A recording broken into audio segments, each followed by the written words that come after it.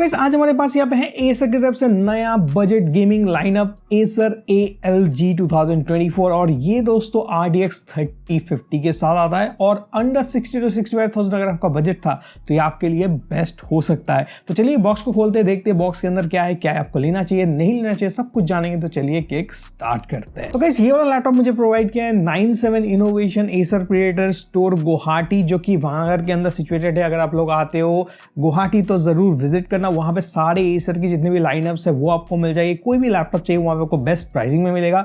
नीचे description box check करो, वहां पे आपको सारा इंफॉर्मेशन दिया गया है अबाउट स्टोर। आप उनको कॉल कर सकते हो और डायरेक्टली विजिट करके भी परचेस करना डायरेक्टली कर पाओगे। तो गाइस इस लैपटॉप को अनबॉक्सिंग करते हैं तो फर्स्ट चीज हमें 150 वाट की एक अडाप्टर मिल जाती है, एक जो है पावर कॉर्ड हमें मिलता है, देन कुछ पेपर वर्क हमें मिल जाती है, यूजर मैनुअल भी उसके साथ है। अलॉन्ग विद दैट यहाँ पे NVMe का एक स्क्रू देखने को मिल जाता है, क्योंकि यहाँ पे NVMe एडिशनल आप लोग को मिल जाता है जो कि आप लोग फर्दर अपग्रेड करना कर सकते हो। एंड देन आप लोगों को माइक्रोफाइबर का क्लॉथ मिलेगा और एक यहाँ पे हीट स्प्रेडर जो NVMe के लिए वो आपको मिल जाती है, और एक आप लोग को रिसोर्स DVD मिलेगी Windows 11 की। तो अगर आपके पास यहाँ पे DVD राइटर वगैरह है तो यूज कर लेना, आजकल तो किसी के पास होता नहीं, तो ये है बॉक्स के अंदर तो बता दिया। तो गाइस ये ना लैपटॉप की कुछ ऐसी आप लोग को लुक्स देखने को मिलती है, फर्स्ट लुक। और ऊपर के साइड में आप लोग पे पैटर्न डिजाइन देख रहे हो। ऊपर के साइड का जो लीड है ये कंप्लीटली जो है मेटल लीड है, यहाँ पे ये सब की ब्रांडिंग है और कुछ यहाँ पे जो है ना एम्ब्रोस्ड पैटर्न आपको यहाँ पे दिखाई दे रहा है, जो कि एक पैटर्न डिजाइन आप लोगों को कुछ M या फिर W शेप में आप कह सकते हो, जिस एंगल पे देखते हो तो उस पर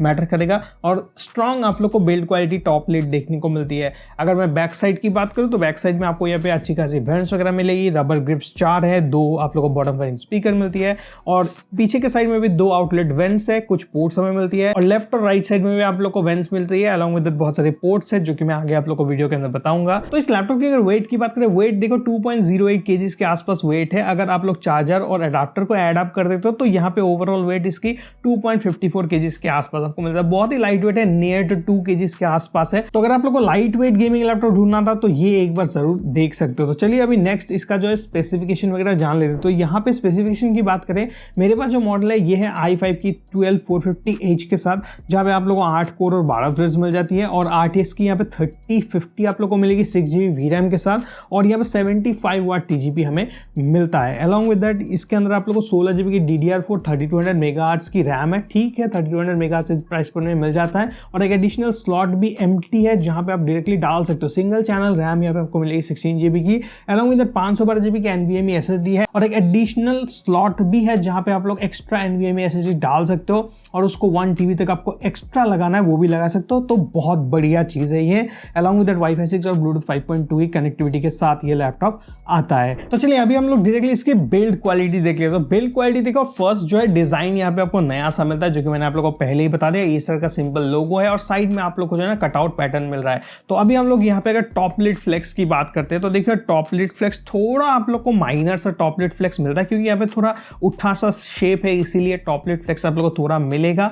बट ये मेटल है तो आपको जो है ना अच्छी एक्सपीरियंस भी देगा, स्टडी लुक के प्रोवाइड करता है। अगर आप वन हैंड टेस्ट की बात करते हैं तो एक हाथ से आप इसको आसानी से उठा सकते हो, उस पर आपको कोई भी टेंशन नहीं आएगा, और इसको आप पूरा जो है ना पीछे तक नहीं ले जा सकते। कुछ इस तरीके के एंगल पे आप इसको रख सकते हो, ज्यादा आप लोग करोगे तो ये टूट सकता है। हिंज की क्वालिटी भी मुझे डिसेंट लगी, और स्क्रीन वोबलिंग की बात करें तो उतना मेजर वोबलिंग नहीं है। इस प्राइस पॉइंट में जितना भी वोबलिंग मिलता है ये जो है ना नॉर्मल है, जो कि सारे लैपटॉप्स के अंदर हमें मिलता है। और इसको अगर मैं यहाँ पे एडजस्ट करने की कोशिश करूँ तो कुछ इस लेवल तक आता है, देन ये ऑटोमेटिकली क्लोज हो जाता है। तो ये चीज़ है, मुझे हिंज रिलेटेड कोई भी यहाँ पे इश्यू नहीं है। तो इस लैपटॉप की अगर इंटरनल की बात करें तो यहाँ पे एसर की आप लोग को ब्रांडिंग मिलती है। इस साइड में जो फुल HD 1080p का लोगो है, और ऊपर में आप लोग को वेबकैम मिलेगा। कोई भी प्राइवेसी शटर वगैरह यहाँ पे नहीं है। यहाँ पे पावर बटन आप लोग को मिलती है, और कीबोर्ड के साइड का जो लेआउट है यहाँ पर भी आप लोग को थोड़े कटआउट डिजाइन देखने को मिल रही है, जो कि इस बार एसर ने इसको चेंज किया है। बिल्कुल नया लाइनअप है जो कि बजट लाइनअप में एसर ने निकाला है। अलॉन्ग विद दैट इसका जो कीबोर्ड है मुझे पर्सनली बढ़िया लगा, फुल साइज का कीबोर्ड है, और यहाँ पे ब्लैक और व्हाइट का कॉम्बिनेशन दिया गया, जो कि विजिबिलिटी विदाउट बैकलाइट भी बढ़िया बनाता है। बट यहाँ पे आपको बैकलाइट मिलता है, डोंट वरी अबाउट दैट। तो यहाँ पे एनवीडिया और इंटेल का स्टिकर मिलता है। अलॉन्ग विद दैट यहाँ पे powered by sound blaster studio यहाँ पे दिया गया, तो साउंड टेस्ट में पता लग जाएगा। Along with that Acer ALG का स्टिकर है, यहाँ पे फीचर्स वगैरह लिखा गया है और यहाँ पे एक ट्रैक पैड आपको मिल जाता है और बाकी कुछ यहाँ पे देखने लायक नहीं है। उसके बाद दोस्तों यहाँ पे अगर कूलिंग की बात करते हैं, यहाँ पे डुअल फैन का आप लोगों को सेटअप देखने को मिल जाता है और यहाँ पे क्वाड एग्जॉस्ट है। ऊपर के साइड में 2 एग्जॉस्ट मिलेगा और लेफ्ट और राइट में 2 एग्जॉस्ट देखने को मिलेगा। तो एयर आउटलेट अच्छी तरीके से होने वाली है, जो कि हम लोग आगे वीडियो के अंदर देखेंगे जब गेम प्ले टेस्ट वगैरह करेंगे, हैवी टास्क जब करने वाले तब ये कैसे परफॉर्म करता है, सारी चीज आप लोग के साथ शेयर करेंगे। पोर्ट्स की बात करें, हमें फर्स्ट लेफ्ट साइड में एक जो है ना केंसिंगटन लॉक मिलता है, एक USB 3.2 का एक पोर्ट मिलता है, एक USB 2.0 का एक पोर्ट मिलता है, जो कि 2024 में आई डोंट थिंक सो देना चाहिए था। तो ये चीज़ है कि यहाँ पे 3.0 पोर्ट होना चाहिए था। देन आपको सेपरेट यहाँ पे 3.5mm की जैक देखने को मिल जाती है, एक ऑडियो रिकॉर्डिंग के लिए, एक जो है हेडफोन के लिए आप डायरेक्टली यूज़ कर सकते हो। तो ये जो ना कोम्बो जैक यहाँ पे आपको नहीं मिलता है। तो ये चीज़ बढ़िया है, जिनके पास जो है ना पुराने जनरेशन का आपको यहाँ पे हेडफोन वगैरह यूज़ करना, माइक्रोफोन अलग से यूज़ करना, तो उनके लिए बहुत ज़्यादा बढ़िया होगा। ठीक है, इसको राइट साइड की पोर्ट की बात करें, यहाँ पे RJ45 का एक पोर्ट मिलता है। देन हमें एक USB 3.2 टाइप C का एक पोर्ट मिलेगा और उसके बाद एक माइक्रो SD कार्ड रीडर का पोर्ट हमें मिलता है। तो अगर बैक साइड की बात करूं, यहाँ पर भी आप लोग को एक USB 3.2 टाइप C का पोर्ट मिलता है। देन HDMI का आप लोग को पोर्ट मिल जाएगा। देन डिस्प्ले पोर्ट एक मिलता है, जो कि बहुत पुराना इंजीनियरिंग है, बट यहाँ पे वो भी आपको दिया गया है। अलॉन्ग विद दैट यहाँ पे DC इन का पोर्ट मिलेगा फॉर चार्जिंग। ठीक है, और इस लैपटॉप के अंदर जो भी USB टाइप C का पोर्ट है, वहां से ना ही आप डिस्प्ले आउटपुट ले सकते हो, ना ही आप उसको चार्ज कर सकते हो। तो ये चीजें सिर्फ डेटा ट्रांसफर में ही वो काम करेगा। और यहाँ पे जो HDMI का पोर्ट है, उसके थ्रू अगर आप लोग आउटपुट लेते हो तो डायरेक्टली आपको जो इंटीग्रेटेड जो इंटेल की ग्राफिक्स आपको मिलती है, उसी से ही आप लोग को आउटपुट मिलेगा। अगर आप लोग यहाँ पे सोचो कि मक स्विच का यूज करें, तो इस लैपटॉप के अंदर आपको मक स्विच नहीं मिलता है। तो ये चीज ध्यान रखना। तो गाइस डिस्प्ले की बात करें तो डिस्प्ले देखो यार, यहाँ पे 15.6 इंच की आप लोग को फुल HD IPS पैनल आप लोग को मिल जाता है। और ये जो पैनल है, आपको यहाँ पे हल्के फुल्के बेजल्स देखने को मिल जाती है ऊपर और नीचे के साइड में, और साइड में भी थोड़ा बेजल है, जो कि इस प्राइस पॉइंट में आपको सारे लैपटॉप्स के अंदर ऐसा ही मिलता है। यहाँ पे 144 हर्ट्ज रिफ्रेश रेट के साथ आप लोग को मिलता है। और ये जो है ना फुल कलर एक्यूरेट नहीं है, यहाँ पे 45% NTSC से थोड़ा ज्यादा हमें मिलता है। यहाँ पे जो डेटा कलर की स्पाइडर एक्स है, उससे मैंने टेस्ट करने पर यहाँ पे 49% की NTSC में मिल रही थी। तो डिसेंट है, आपको जो है ना अच्छा यहाँ पे कलर मिलता है as compare to normal laptop. और यहाँ पे ब्राइटनेस की बात करें, ये अराउंड 280 निट्स के आसपास है। तो वो भी एक डिसेंट प्लस पॉइंट है कि 250 निट्स यहाँ पे नहीं दिया गया, उससे ज्यादा बेटर डिस्प्ले यहाँ पे यूज किया गया। WVA पैनल है, तो व्यूइंग एंगल भी आप लोग को डिसेंट मिलता है। और एंटी ग्लेयर पैनल है, रिफ्लेक्शन वगैरह गिरती है तो आपको कोई भी वहां पे परेशानी नहीं आने वाली है। तो ये चीज है। मूवीज वगैरह मैंने यहाँ पे वॉच किया तो अच्छी खासी यहाँ पे कलर एक्सपीरियंस मुझे दे दिया। और यहाँ पे गेमिंग करते हो तो 140 हर्ट्ज की रिफ्रेश रेट है, तो आपको उस गेमिंग करते वक्त भी यहाँ पे कोई भी दिक्कत नहीं आती है। ठीक है, बट यहाँ पे कलर एक्यूरेट काम करते हो, प्रोफेशनल हो, जहाँ पे कलर की बहुत ज़्यादा नीड है, तो ये डिस्प्ले आपको थोड़ा निराश कर सकता है, क्योंकि यहाँ पे उतना ज़्यादा कलर आपको एक्यूरेट नहीं आएगा। But day to day task, entertainment task या फिर गेमिंग वगैरह के लिए ये डिस्प्ले आपको निराश बिल्कुल नहीं करेगा। आप आसानी से इसको यूज़ कर सकते हो। अगर आप कोडिंग करना चाहते हो, आप लॉन्ग टाइम इसको यूज़ करते हो, तो ये डिस्प्ले आप जो ना बिंदास यूज़ कर सकते हो, नो इश्यूज इन दैट। तो यहाँ पे वीडियो प्लेबैक की बात करें, YouTube के अंदर 4K 60 FPS का वीडियो मैंने प्ले किया था, आसानी से ये चल गया, कोई भी दिक्कत यहाँ पे नहीं आता है। बट यहाँ पे अगर दो वीडियो साइमल्टेनियसली आप चलाना चाहते हो YouTube के अंदर, तो यहाँ पे दोनों के दोनों वीडियोस में थोड़ा थोड़ा लैग स्टटर देखने को आपको मिलेगा। तो मेक श्योर करना, अगर आप लोग प्ले करते हो एक ही वीडियो प्ले करना, आसानी से प्ले कर लेता है।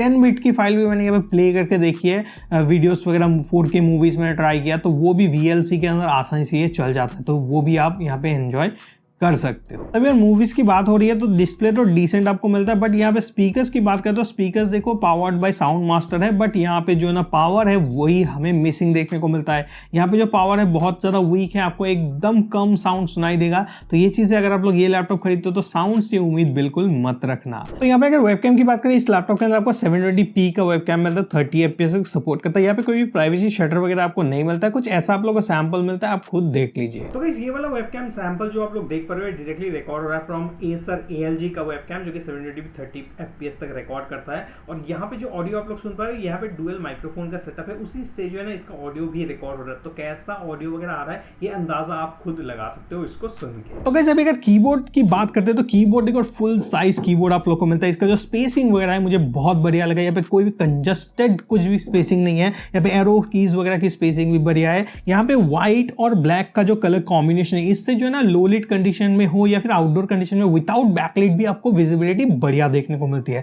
बैकलाइट की बात करें, यहाँ पे भी आप लोग को बैकलाइट मिलता है, डोंट वरी। यहाँ पे जो है ना फुल साइज कीबोर्ड के अंदर 1 जोन बैकलाइट आप लोग को मिल जाता है, एक ही कलर का बैकलाइट है फुल सारे कीज में, और इसको आप लोग जो है ना चेंज करना एक ही कलर में चेंज कर सकते हो, कोई भी रैंडम इफेक्ट आपको यहाँ पे नहीं मिलता है। इसका जो एप्लीकेशन है यहाँ पे कंट्रोल सेंटर, उसके थ्रू आप इसको डायरेक्टली कंट्रोल कर सकते हो, अलग अलग कलर्स में सेट करना है आप आसानी से कर पाओगे। यहाँ पे शॉर्टकट की बात करें तो यहाँ पे FN और जो यहाँ पे स्लैश का बटन आप लोग को नंपैड के अंदर मिलता है, उसको टैप करोगे तो यहाँ पे कंट्रोल सेंटर डायरेक्टली ऑन हो जाएगा, एंड देन आप डायरेक्टली यहाँ से जाके सारे जो भी कलर्स वगैरह चूज करना है वो आप आसानी से कर सकते हो। उसके बाद बैकलाइट को अगर ऑन ऑफ करना है तो यहाँ पे FN और एस्ट्रिक का बटन नंपैड के अंदर मिलता है, उसको टैप करोगे तो ऑन ऑफ कर सकते हो, और यहाँ पे नंपैड के अंदर माइनस का बटन से बैकलाइट लो कर सकते हो, प्लस के बटन से बैकलाइट को हाई अप कर सकते हो। तो ये सारे फीचर्स आप लोग को कीबोर्ड के अंदर मिलते हैं। और टाइपिंग एक्सपीरियंस की बात करें, ट्रैवल डिस्टेंस वगैरह भी काफी मिनिमल आप लोग को मिलता है, और जब भी टाइप करते हो बहुत ज्यादा स्मूथ फीलिंग आती है। चिकलेट कीबोर्ड है, आपको जो है बढ़िया एक्सपीरियंस देगा ड्यूरिंग टाइपिंग।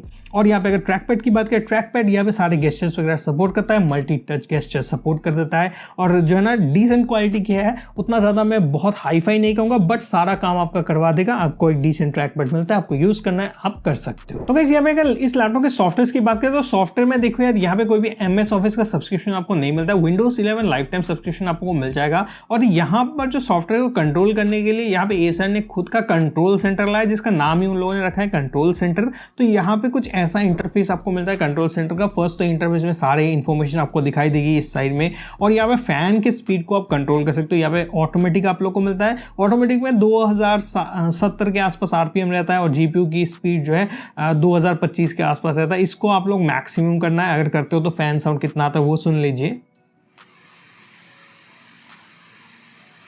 तो कुछ ऐसा आप लोगों को हाई साउंड देखने को मिल जाएगा, 6000 के आसपास जो RPM ये चला जाता है वो चीज़ है। बाकी आप यहाँ पे कस्टम भी ऐड करना है, वो भी आप लोग डायरेक्टली कर सकते हो। यहाँ पे क्लिक करो, देन कस्टम मोड भी आप अप्लाई करके ऑटोमेटिकली यूज कर सकते हो, ठीक है। देन यहाँ पे अलग अलग मोड्स आप लोग को मिलेंगे, performance mode, entertainment mode, power saving mode, ये मोड आप लोग को यहाँ पे आसानी से मिल जाती है, जो कि आपको यूज करना है, आप आसानी से कर सकते हो। यहाँ पे एक चीज़ है, देखो यार, अगर मैं यहाँ पे चार्जर को प्लग्ड इन करता हूँ तब जाके परफॉर्मेंस मोड काम करता है इन द फुल एफिशिएंसी, और अगर आप लोग इसको यूज़ करना है नॉर्मली परफॉर्मेंस मोड तो आप यहाँ से डायरेक्टली यूज़ कर सकते हो, बट आपको जो है ना क्लॉक स्पीड वगैरह कम देखने को मिलता है। तो ये चीज़ था, चार्जर प्लग इन करके आपको यूज़ करना होगा। और यहाँ पे एंटरटेनमेंट मोड मिलेगा, पावर सेविंग मोड आप लोग को मिल जाएगी, एंड यहाँ पे क्वाइट मोड मिलता है, जो कि यहाँ पे आप देख सकते हो। और अगर आपको ज़्यादा सेव करना है तो पावर सेविंग मोड में आप इसको आसानी से यूज़ कर सकते हो, जिससे क्या होगा, यहाँ पे आपका जो NVIDIA GPU है वो शट डाउन हो जाएगा और पावर सेविंग मोड में चला जाएगा इंटेल आइरिस ग्राफिक्स को यूज़ करते हुए। नेक्स्ट जो है आपको क्वाइट मोड एक मिल जाता है, और बाकी यहाँ पे ज़्यादा सेटिंग्स नहीं है। नीचे के साइड में एयरप्लेन मोड, टच मोड और जो FN की वगैरह है ये आप ऑन करना है कर सकते हो। उसके बाद ब्राइटनेस कंट्रोल करना है स्क्रीन की, वो आप लोग कर पाओगे। Along with blue light filter मिल जाता है, जो कि आप यहाँ पे इसको ऑन कर सकते हो, ताकि आप अगर रात के टाइम में कुछ रीड आउट कर रहे हो तो यहाँ पे ब्लू लाइट को आप लोग कितना घटाना है बढ़ाना है ये अकॉर्डिंग टू प्रेफरेंस आप कर सकते हो। उसके बाद यहाँ पे वॉल्यूम कंट्रोल करना है, वो भी नॉब मिल जाएगा। ऊपर के साइड में आते हो तो यहाँ पे बैकलाइट का ऑप्शन मिलता है। तो यहाँ पे जो कीबोर्ड है ये बैकलाइट है, तो यहाँ पे बैकलाइट का सारा ऑप्शन आपको यहाँ पे मिल जाता है, जिसके थ्रू आप लोग अलग अलग जोन में अलग अलग कलर्स यहाँ पे सेट कर सकते हो। मतलब अलग अलग जोन नहीं, यहाँ पे एक ही जोन है तो एक ही कलर आप लोग को यहाँ पे सेट करना है, वो कर सकते हो। यहाँ पे कोई भी कीज के अंदर शॉर्टकट नहीं कलर चेंज करने का, तो इस सॉफ्टवेयर के अंदर आके ही आपको करना होगा। देन आपको यहाँ पर जो है ना फ्लेक्सी की देखने को मिल जाती है, जहाँ पे आप जो है ना एक्सप्रेस कीज वगैरह मैक्रो वगैरह सेट करना है वो कर सकते हो, माउस मैक्रो वगैरह सेट करना है ये कर पाओगे। और एक यहाँ पे बैटरी का जो है ना ऑप्शन देखने को मिलता है, जहाँ पे मैक्सिमम बैटरी चार्ज आप यहाँ पे जो है ना एनाबल करके रख सकते हो, ताकि 100% तक चार्ज करे। उसके बाद बैटरी को अगर लिमिट करना चाहते हो उसका भी ऑप्शन है, यहाँ पर अंडर 70% आने पर जो है ना स्टॉप चार्जिंग एट 80% ये कर सकते हो। और कस्टम अकॉर्डिंग टू प्रेफरेंस भी आप बैटरी को छेड़ना है कर सकते हो। बट लॉन्ग रन में मैं कहूँगा कि यहाँ पे रिकमेंडेड बैटरी चार्ज में यूज़ करना है कर सकते हो, और अगर आप लोग को मैक्सिमम चार्ज करना है वो भी कर पाओगे। बट इससे जो है ना लाइफ साइकिल थोड़ा ज़्यादा बढ़ा रहता है, तो अगर आप नॉर्मल टास्क कर रहे हो तो ये ऑन करके रखना, आपको जो है ज़्यादा अच्छी बैटरी लाइफ मिलेगी on long run. Battery life की बात करते हैं तो इस वाले लैपटॉप के अंदर आप लोगों को 54 वाट आवर की बैटरी देखने को मिल जाती है, और यहाँ पे जो चार्जिंग टाइम है फुल चार्ज करने में ये लगभग जो है ना 90 to 100 मिनट के आसपास ये ले लेता है, ठीक है। अलॉन्ग विद दैट यहाँ पे अगर आप लोग परफॉर्मेंस मोड में यूज़ करते हो तो चार्जिंग टाइम थोड़ा ज़्यादा लगता है, क्योंकि वो परफॉर्मेंस में यूज़ करके कंज्यूम करते भी रहता है, और यहाँ पे चार्जर प्लग इन होता रहता है, तो थोड़ा टाइम लेता है, बट 100% वो हो जाता है कुछ टाइम के अंदर। बट यहाँ पे अगर बैटरी लाइफ की बात करें जैसे कि नॉर्मल यूसेज के अंदर मैंने इसको टेस्ट किया था, मॉडर्न ऑफिस में कैसा ये काम करेगा बैटरी लाइफ, वो मैंने PC Mark 10 के थ्रू ट्राई किया। यहाँ पे सिनारियो जो था, यहाँ पे ब्राइटनेस जो स्क्रीन की वो 50% थी, बैकलाइट था ऑफ, जो पावर सेविंग मोड था वो ऑन कर दिया था, एंड देन मैंने यहाँ पे टेस्ट किया था। टेस्ट करते वक्त यहाँ पे ये ओवरऑल रिजल्ट मुझे 6 घंटे 10 मिनट के आसपास लगा। और यहाँ पे जो DGPU था वो ऑटोमेटिकली ऑफ हो जाता है जब भी आप लोग पावर सेविंग मोड में ऑन करते हो, तो नॉर्मल लैपटॉप की तरह ही ये काम करता है। तो जाके कुछ ऐसा स्कोर हमें मिला जिसका ओवरऑल बैटरी स्कोर 6300 के आसपास यहाँ पे हमें मिल रहा था, 6314 टू बी प्रिसाइज। तो ये मुझे मिला। उसके बाद मैंने नॉर्मल जो है ना मिक्स यूसेज में भी देखा, जब बैकलाइट वगैरह भी ऑन था, जो बैलेंस मोड के अंदर यूज किया गया था, तो लगभग जो है ना 3 घंटे के आसपास यहाँ पे चलता है, 3 से 3.5 घंटे के आसपास मैक्स चलेगा। अगर आप लोग परफॉर्मेंस रिलेटेड टास्क करते हो तो 1 से 1.5 घंटे के ऊपर आपको बैटरी लाइफ यहाँ पे नहीं मिलने वाला। तो ये चीज ध्यान रखना। ये ओवरऑल जो बैटरी टेस्ट मैंने खुद किया था, तो आप लोगों के साथ मैंने शेयर कर दिया। तो अभी जो यहाँ पे परफॉर्मेंस टेस्ट देखते हैं, परफॉर्मेंस में बहुत सारे टेस्ट मैंने किए एक एक करके। रूम का कंडीशन 25 to 30 डिग्री के आसपास जो है रूम का टेम्परेचर था, जो मेंटेन करने की मैंने कोशिश की थी। और देन उसके बाद सारा टेस्ट मैंने एक एक करके कंडक्ट किया। परफॉर्मेंस मोड ऑन था, चार्जर प्लग्ड इन था, एंड देन सारा टेस्ट यहाँ पे कंडक्ट किया गया था। तो फर्स्ट मैंने यहाँ पे Geekbench 6 ट्राई किया, जहां पे सिंगल कोर का score 2060 and multi core 7186 and OpenCL का स्कोर यहाँ पे 63979 मिला। अलॉन्ग विद दैट यहाँ पे अगर Cinebench R23 की बात करूं, यहाँ पे ओवरऑल स्कोर मुझे देखने को मिला CPU की मल्टी कोर के अंदर 1056 पॉइंट और CPU के सिंगल कोर 160 पॉइंट। उसके बाद Cinebench R15 ट्राई किया, जहां पे OpenGL का स्कोर 141 FPS मिला, CPU की मल्टी कोर यहाँ पे 1532 CB और सिंगल कोर यहाँ पे 229 CB। देन मैंने यहाँ पे 3D Mark की जो CPU प्रोफाइल है वो भी ट्राई किया। आप देख सकते हो मैक्स थ्रेड, 16 थ्रेड, 8 थ्रेड में कैसा काम करता है, आप पॉज करके देख सकते हो। देन यहाँ पे Cinebench की 2024 का वर्जन भी ट्राई किया, जहां पे मल्टी कोर का पॉइंट मुझे मिला 552, सिंगल कोर 93 पॉइंट और GPU की ओवरऑल पॉइंट जो है वो है 3941। उसके बाद मैंने PC Mark 10 भी ट्राई किया, जहां पे ओवरऑल स्कोर में मुझे मिला 5855 और यहाँ पे एसेंशियल प्रोडक्टिविटी और डिजिटल कंटेंट क्रिएशन में क्या पॉइंट मिला आप खुद पॉज करके देख सकते हो। उसके बाद 3D Mark की तरफ से हम लोगों ने स्टील नोमैड का स्कोर भी टेस्ट किया, जहाँ पे DirectX 12 में हमें 1086 मिला और जो ग्राफिक टेस्ट है उसके अंदर 10.86 FPS। उसके बाद स्टोरेज बेंच भी यहाँ पे ट्राई किया गया था, जहाँ पे game load time, game install time, save time, move time कितना लगेगा पॉज करके देख लो और यहाँ पे ओवरऑल स्कोर 1089 मिला। देन यहाँ पर मैंने टाइम स्पाइक स्कोर भी ट्राई किया, जहाँ पे मुझे ओवरऑल जो स्कोर मिला 5436, जो कि गुड कहलाता है और यहाँ पे ग्राफिक स्कोर 5261 और CPU की स्कोर यहाँ पे 6704। उसके बाद मैंने यहाँ पे ब्लेंडर टेस्ट भी किया, जहाँ पे आप जो है सैंपल्स पर मिनट पॉज करके भी चेकआउट कर सकते हो। देन क्रिस्टल डिस्क मार्क भी ट्राई किया, जहाँ पे रीड राइट स्पीड कुछ ऐसा मिलता है, आप ये भी पॉज करके देख सकते हो। काफी इंटरेस्टिंग यहाँ पे आपको जो ना रीड एंड राइट स्पीड देखने को मिलती है on crystal disk mark. Then मैंने यहाँ पे एडिटिंग वगैरह भी किया, फोटो एडिटिंग भी मैंने यहाँ पे किया। तो फोटो एडिटिंग की फर्स्ट बात करते हैं तो देखिए यहाँ पे डायरेक्टली यहाँ पे जो इस वाले लैपटॉप का जो आप थंबनेल देख रहे हो इसी के अंदर मैंने डिजाइन किया था और सारा जो ना यहाँ पे फ्लॉलेसली मैंने काम कर लिया, कोई भी वहाँ पे टेंशन नहीं है। अगर आप लोग यहाँ पे फोटोशॉप यूज करना चाहते हो फॉर कैजुअल यूसेज आप कर सकते हो, बट कलर एक्यूरेट डिस्प्ले नहीं है, तो ये चीज ध्यान रखना। और वीडियो एडिटिंग की बात करते हैं तो देखिए यहाँ पे मैंने प्रीमियर प्रो के अंदर 4K की टाइमलाइन यहाँ पे सेट की थी, डुअल 4K लेयर एडिटिंग मैंने करने की कोशिश की थी। और यहाँ पे जो नॉर्मल जो सीक्वेंस हम लोग चेक करते हैं ना सिंगल लेयर के अंदर कि क्या वो अच्छी तरीके से स्क्रब वगैरह हो रहा है कि नहीं, ये आसानी से जो ना फुल टाइमलाइन में स्क्रब हो रहा था, तो बहुत बढ़िया है। और यहाँ पे मैंने जब रेंडर किया इसको, एक जो ना 5 मिनट का क्लिप था, 4 मिनट 50 सेकंड के आसपास का था, वो लगभग जो है ना 10 मिनट के आसपास रेंडर मुझे कर दिया डुअल लेयर के अंदर। एक जो एडजस्टमेंट लेयर था उसके अंदर थोड़ा बहुत कलर करेक्शन वगैरह मैंने किया था और ऑडियो लेयर एक था। तो जो ना आप आसानी से यहाँ पे नॉर्मल 4K लेयर की एडिटिंग 2-3 लेयर तक आप आसानी से कर सकते हो। 10 बिट या फिर आप जो है ना H.265 की अगर फुटेज वगैरह एडिट करना चाहो तो यहाँ पे लैग करेगा, आपको प्रॉक्सी का यूज करके एडिटिंग करना होगा, तो ये करवा देगा। अब वो भी आप आसानी से कर सकते हो, तो ये चीज ध्यान रखना। अगर सॉफ्टवेयर परफॉर्मेंस की बात करें तो देखो यहाँ पे अगर आप लोग कोडिंग करना चाहते हो, कोई भी एंड्रॉइड डेवलपमेंट करना चाहते हो, वेब डेवलपमेंट करना चाहते हो तो आसानी से कर सकते हो। ट्रेडिंग वगैरह करना चाहते हो तो आप आसानी से कर पाओगे, उस पर कोई भी टेंशन नहीं है। इसका CPU बहुत ज्यादा कैपेबल है। अलॉन्ग विद दैट यहाँ पे अगर ब्लेंडर जैसे एप्लीकेशन को आपको चलाना है तो देखो ये उतना ज्यादा बढ़िया ऑप्शन नहीं है, इससे भी बेटर ऑप्शन एसर की तरफ से आप लोग को मिलेगी। आप चाहे चाहे तो वो देख सकते हो i7 और 4060 के साथ जाना for 3D rendering task etcetera, जो कि आपको अच्छा परफॉर्मेंस देगा। ठीक है, तो वो जरूर एक बार आप लोग चेकआउट कर लेना। और यहाँ पे बेसिक अगर 1080p की लेवल की एडिटिंग वगैरह करते हो तो फ्लॉलेसली ये चलेगा, और बाकी ऑफिस टास्क तो आप फ्लॉलेसली इस लैपटॉप के अंदर कर पाओगे। और नेक्स्ट मैंने यहाँ पे गेम्स जो है टेस्ट किया 25 to 28 डिग्री के आसपास मैंने मेंटेन करने की कोशिश की थी। रूम के टेम्परेचर, चार्जर प्लग्ड इन था, और यहाँ पे परफॉर्मेंस मोड के अंदर सारा टेस्ट मैंने कंडक्ट किया था, और यहाँ पे एक एक करके सारे गेम्स आप देख सकते हो। तो गाइस पहला जो गेम है ये GTA 5 जहाँ पे 920x1080p का प्रीसेट था, और यहाँ पे मैक्स सेटिंग जो वेरी हाई प्लस हाई का प्रीसेट था वही यूज किया गया था। और CPU का टेम्परेचर यहाँ पे लगभग 80 से लेकर 85 डिग्री सेल्सियस तक टच कर रहा था, और कभी कभी ड्रॉप भी हमें देखने को मिला बिलो 80, और यहाँ पे 50 वाट तक ही कंज्यूम कर रहा था CPU। और GPU हमें 63 से लेकर 67 डिग्री सेल्सियस तक के बार बार फ्लक्चुएट हो रहा था, एंड 65 वाट तक यहाँ पे कंज्यूम कर रहा था ओवरऑल GPU पावर। और FPS यहाँ पे 90 प्लस ऑन एन एवरेज हमें दिखाई दे रहा था। कभी कभार ये 100 भी टच करता, but most of the time 87 to 90 के आसपास ही मुझे मिला। देन मैंने यहाँ पे वैलोरेंट ट्राई किया, 920x1080 हाई प्रीसेट था, वीसिंग वगैरह था ऑफ, और यहाँ पर FPS मुझे 170 plus on an average FPS मिला। CPU की टेम्परेचर लगभग वही 80 to 85 के रेंज में ही था, और 49 to 50 वाट तक कंज्यूम कर रहा था। एंड GPU की बात करें 62 से लेकर 65 डिग्री सेल्सियस के आसपास था, कभी कभार 70 भी टच कर रहा था, एंड 42 से लेकर 45 वाट तक कंजम्पशन था GPU का। देन मैंने ट्राई किया यहाँ पे कॉल ऑफ ड्यूटी वारजोन, जहाँ पे 920x1080p का प्रीसेट था। अल्ट्रा प्रीसेट में ट्राई किया, DLSS था ऑफ, FPS मुझे 60 to 65 मिल रहा था, टेम्परेचर वही 82 से लेकर 85 के बीच में, और यहाँ पे 40 से 45 वाट तक यहाँ पे जो है ना CPU की वाटेज हमें मिली। देन GPU की बात करें 69 to 70 डिग्री सेल्सियस के आसपास था, और 65 वाट to 67 वाट यहाँ पे कंज्यूम कर रहा था। उसके बाद यहाँ पे अल्ट्रा प्रीसेट में ही मैंने DLSS को बैलेंस के अंदर रखा।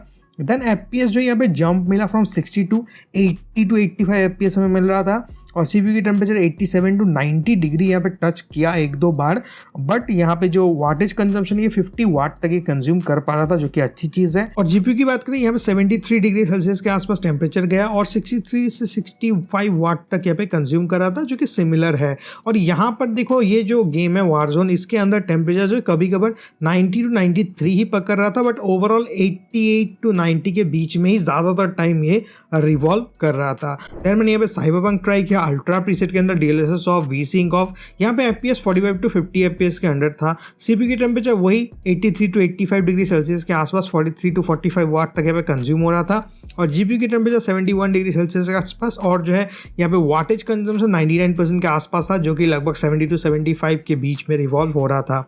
और DLSS ऑन करके मैंने यहाँ पे बैलेंस मोड में ट्राई किया, जहाँ पे CPU की टेम्परेचर 85 से लेकर 87 डिग्री सेल्सियस और 49 वाट कंज्यूम कर रहा था, और GPU की टेम्परेचर 70 से लेकर 72 डिग्री सेल्सियस और 99% यहाँ पर भी कंजम्पशन था GPU का, और FPS यहाँ पे 55 to 60 FPS मिला। देन मैंने यहाँ पे हाई प्रीसेट में DLSS को रखा बैलेंस के अंदर, RTX ऑन करके मीडियम पे सिलेक्टेड था।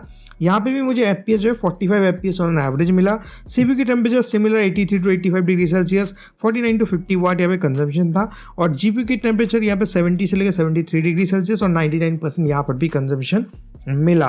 नेक्स्ट मैंने रेड डेड रिडेम्पशन 2 ट्राई किया, 920x1080p max, ultra favour quality होता है, जितना भी मैक्स चाहता है मैक्स था, DLSS था ऑफ, और यहाँ पे FPS 40 से लेकर 42 FPS मिला। CPU की टेम्परेचर 70 to 73 डिग्री सेल्सियस के आसपास गया, और 27 वाट to 30 वाट यहाँ पे कंज्यूम हो रहा था CPU पावर। और यहाँ पे GPU की बात करें 70 डिग्री सेल्सियस और 75 वाट फुल यहाँ पे कंज्यूम कर पा रहा था, जो कि बहुत बढ़िया चीज़ है। देन अल्ट्रा प्रीसेट के अंदर जो है DLSS को बैलेंस में रखा। देन यहाँ पे FPS में इंक्रीमेंट देखने को मिला, फ्रॉम 40 हमें डायरेक्टली 53 to 55 FPS मिला। CPU की टेम्परेचर 70 से लेकर 72 डिग्री सेल्सियस के आसपास, और 29 to 30 वाट यहाँ पे कंज्यूम हो रहा था। और GPU की बात करें 69 to 70 डिग्री सेल्सियस और 75 वाट भी यहाँ पे 100% GPU कंजम्पशन था, जो कि एक बढ़िया चीज़ है। नेक्स्ट मैंने ट्राई किया यहाँ पे होराइजन फॉरबिडन वेस्ट, जहाँ पे हाई प्रीसेट था 920x1080, वीसिंग था ऑफ। यहाँ पे FPS मुझे 45 to 50 FPS ऑन एवरेज मिला। CPU की टेम्परेचर 80 to 85 डिग्री सेल्सियस और 43 वाट कंजम्पशन था, और GPU की टेम्परेचर 70 डिग्री सेल्सियस और 73 से लेकर 75 वाट तक यहाँ पे कंज्यूम हो रहा था। दैन DLSS ऑन किया, परफॉर्मेंस मोड के अंदर, बैलेंस मोड के अंदर, दोनों में ट्राई किया। यहाँ पे मुझे ज़्यादा FPS देखने को नहीं मिला, कुछ शायद से ऑप्टिमाइजेशन इशू है। वही 45 45 FPS मिल रहा था और किसी किसी जगह पे अगर परफॉर्म बैलेंस में चेक करें तो 30 to 38 FPS ही हमें ज़्यादातर देखने को मिला। तो ये गेम अभी के लिए ऑप्टिमाइज नहीं है, लेटर ऑन विद अपडेट शायद से ये फिक्स हो जाए। देन नेक्स्ट गेम जो है वो है स्पाइडरमैन माइल्स मोरालेस। यहाँ पे 920x1080p का प्रीसेट, हाई DLSS ऑफ था, वी-सिंक ऑफ था। यहाँ पे FPS मुझे 70 प्लस ऑन एवरेज मिल रहा था। CPU की temperature 82 to 85 degree Celsius, 47 watt consumption था। एंड GPU की बात करें 71 डिग्री सेल्सियस और 64 वाट तक ही कंज्यूम कर रहा था। देन मैंने यहाँ पे DLSS को ऑन कर दिया, डायनेमिक स्केलिंग जो है 60 पे रखा, 55 प्लस ऑन एवरेज मिल रहा था। और CPU की टेम्परेचर 80 से लेकर 85 डिग्री सेल्सियस और 53 वाट कंजम्पशन था। और GPU की टेम्परेचर 69 डिग्री सेल्सियस और 75 वाट यहाँ पे कंज्यूम हो रहा था। नेक्स्ट गेम जो है वो है हॉगवर्ट्स लीगेसी, जहाँ पे 920x1080p का प्रीसेट था, DLSS था ऑफ और हाई प्रीसेट में मैंने यहाँ पे टेस्ट किया था। और यहाँ पे CPU की टेम्परेचर 80 से लेकर 82 डिग्री सेल्सियस के आसपास गया, 38 to 40 वाट यहाँ पे कंज्यूम हो रहा था। और GPU की बात करें 72 डिग्री सेल्सियस और 72 वाट यहाँ पे कंजम्पशन था। FPS की बात करें 50 से लेकर 53 FPS ऑन एवरेज हमें मिला। देन DLSS को गया ऑन, हाई प्रीसेट के अंदर सिलेक्टेड था। अभी जो है यहाँ पे 80 से लेकर 84 डिग्री सेल्सियस CPU की टेम्परेचर और 45 वाट कंजम्पशन था। और GPU की टेम्परेचर यहाँ पे 71 डिग्री सेल्सियस और 72 वाट यहाँ पे कंज्यूम हो रहा था। और FPS की बात करें 70 से लेकर 75 FPS ऑन एवरेज हमें मिला। नेक्स्ट मैंने यहाँ पे गॉड ऑफ वॉर ट्राई किया, 920x1080p का प्रीसेट था। ओरिजिनल प्रीसेट के अंदर वी-सिंक ऑफ था और यहाँ पे FPS मुझे 60 to 65 FPS ऑन एवरेज मिला। और CPU की टेम्परेचर लगभग 72 डिग्री सेल्सियस से लेकर 75 डिग्री सेल्सियस के आसपास और 28 वाट टू 29 वाट के आसपास यहाँ पे कंजम्पशन था CPU का। और GPU की टेम्परेचर लगभग 70 डिग्री सेल्सियस के आसपास और 75 वाट यहाँ पे 100% कंज्यूम कर रहा था। DLSS बाद में ऑन किया मैंने और अल्ट्रा में मैंने यहाँ पे टेस्ट किया तो FPS मुझे यहाँ पे 50 to 55 FPS ऑन एवरेज मिला।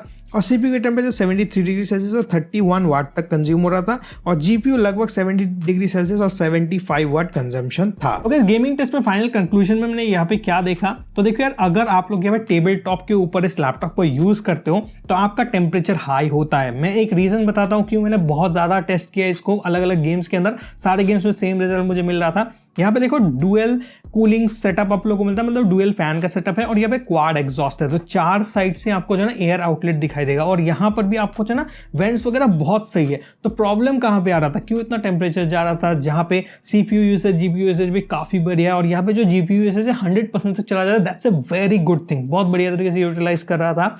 तो मैंने देखा कि यहाँ पे 90-95 डिग्री जा रहा था बार बार टेम्परेचर। देन मैंने यहाँ पर जो है ना एक स्टैंड लिया, उसको ऊपर कर दिया। देन मैं यूज किया, इसका जो स्पेसिंग नीचे के साइड में बहुत अच्छा हो जाता है, राइट। तो देन टेस्ट करने पर यहाँ पे जो टेम्परेचर था बहुत स्टेबल था, लगभग 85 तक मैक्स गया था कुछ कुछ सिनारियोज के अंदर।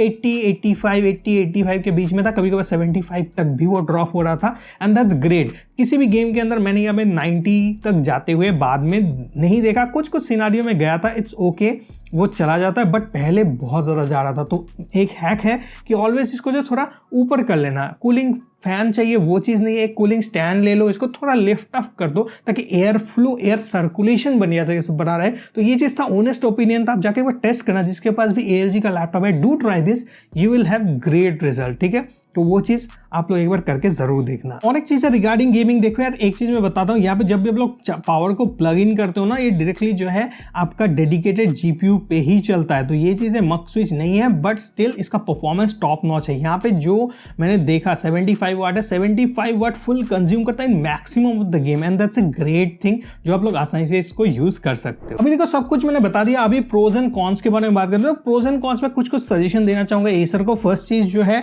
यहाँ पर जो है अभी इन 2024 प्लीज कोई भी लैपटॉप निकालो कि यहाँ पे 3.0 का सारा पोर्ट होना चाहिए, तो ये पहली चीज थी। दूसरी चीज, यहाँ पे DDR5 रैम होता तो अच्छा था, बट कंसीडरिंग द प्राइस अच्छा है, क्योंकि आपको एडिशनल स्लॉट भी आपने दिया है, अलॉन्ग विद दैट एक एडिशनल SSD का स्लॉट दिया है, उसके लिए कुडोस है। नेक्स्ट यहाँ पे जो स्पीकर आपने यूज किया है, बहुत ही एवरेज स्पीकर है, इसको प्लीज नेक्स्ट वर्जन में इंप्रूव कीजिए और इसको जो आप रिमूव करके अच्छा स्पीकर इसके अंदर दीजिए। तो ये एक ऑनेस्ट सजेशन था टू एसर।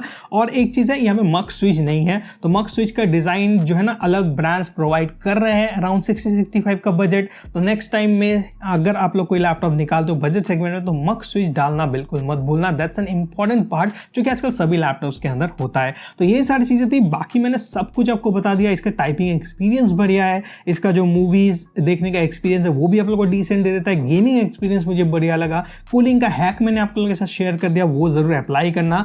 एंड देन यहाँ पे पोर्ट्स के मामले में सारे पोर्ट्स अवेलेबल आपको मिल जाती है। और एक चीज़, हाँ, यहाँ पे टाइप सी चार्जिंग देना चाहिए था, वो भी चीज़ मुझे मिसिंग लगा इस प्राइस पॉइंट में। बाय द वे इस प्राइस पॉइंट में ज़्यादातर लैपटॉप्स के अंदर होता नहीं है, बट अगर आपको वो सारी चीज़ें चाहिए तो आप इसका जो अपर वेरिएंट्स आपको मिल जाती है एसर की तरफ से, एसर प्रेडेटर आप ज़रूर एक बार देखो। अगर आपका बजट हाई है तो वो एक बहुत ही बढ़िया लैपटॉप है, सारे फ्लॉस कवर अप हो जाती है और सारी चीज़ें जो उसके अंदर आपको मिल जाएगी। अलॉन्ग विद एसर की और लाइनअप है। इससे अगर आप और भी बेटर चाहते हो तो RTX 4050 के साथ जाना है तो एसर नाइट्रो V के साथ जाओ, वो भी एक बढ़िया ऑप्शन है to go with from Acer. तो ये सारे ऑप्शंस मैं नीचे डिस्क्रिप्शन बॉक्स में दे दूंगा, वहां से जाके आप लोग एक करके सारे लैपटॉप्स चेकआउट कर सकते हो। और अगर आपको कुछ भी लैपटॉप वगैरह परचेस करना है फ्रॉम लोकल स्टोर, गुवाहाटी से बिलोंग करते हो, असम से बिलोंग करते हो, तो 97 इनोवेशन एसर प्रेडेटर स्टोर जो है ना आपको देखने को मिल जाएगी ऑन गुवाहाटी भांगाघर एरिया। तो नीचे उनका जो कॉन्टैक्ट डिटेल्स, नंबर वगैरह सारी चीजें आप जाके वहां से भी चेकआउट कर सकते हो। तो इस वीडियो को इधर ही एंड करते हैं, मिलते हैं किसी अगले इंटरेस्टिंग और अमेजिंग वीडियो के साथ। तब तक के लिए stay alert, stay safe and